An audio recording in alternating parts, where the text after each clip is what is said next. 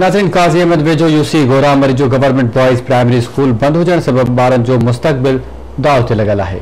इन हवाले से वीडियो लिंक ते मौजूद है गुलाम हैदर बालादी। जी गुलाम हैदर, इन वक्त मौजूद आहियां तालके काज़ी अहमद जे वेझो यूसी गोरा मरी जे गवर्नमेंट बॉयज़ प्राइमरी स्कूल हयात खान मरी में जेको साल ॾेढ खां वठी स्कूल जेको आहे मुकम्मल तौर ते बंद आहे।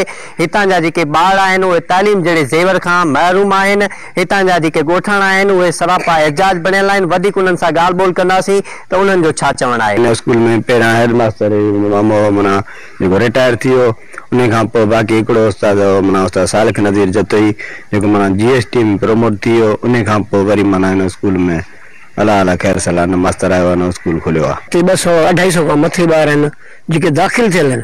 अण दाख़िल जेके नंढा ॿार जेके उहे त अञा अलॻि आहिनि। तो को भी उस्ताद को 4 उस्ताद इतने मंजूर है। पहले 4 हुआ, 4 खां पोइ आस्ते आस्ते थी वियो हिकिड़ो पोइ साल पूरो थी वियो आहे। हिते असां वटि मास्तर हिकिड़ो कोन थो अचे। असां हिते पंहिंजे चूंडियल नुमाइंदनि खे बि चयो, हुन जो असां MPN सां सभिनि सां ॻाल्हायो आहे, पर को बि असांखे वर्दी नथा ॾियनि। ऐं पूरो साल थी वञे ॿार आहिनि स्कूल जी तव्हां तरफ़ ॾिसो, हिकिड़ी स्कूल नओं हू ठाहियो अथनि, ॿियो अंदरि जी मरम्मत बि न आहे, न अंदरि पूरो फर्नीचर बि आहे। असां MNA MP वटि वियासीं, जेको DC साहब के भी असां लेटर लिखियो, लेकिन असां ते उनजे मतलब लेटर ते असां लेटर ते को भी उन ते फर्क न पियो। ऐं तक़रीबन हिकु साल खां असांजो स्कूल बंद आहे।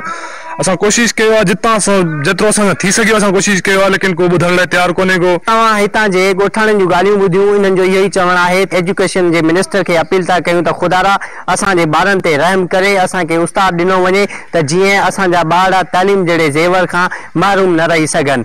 जी।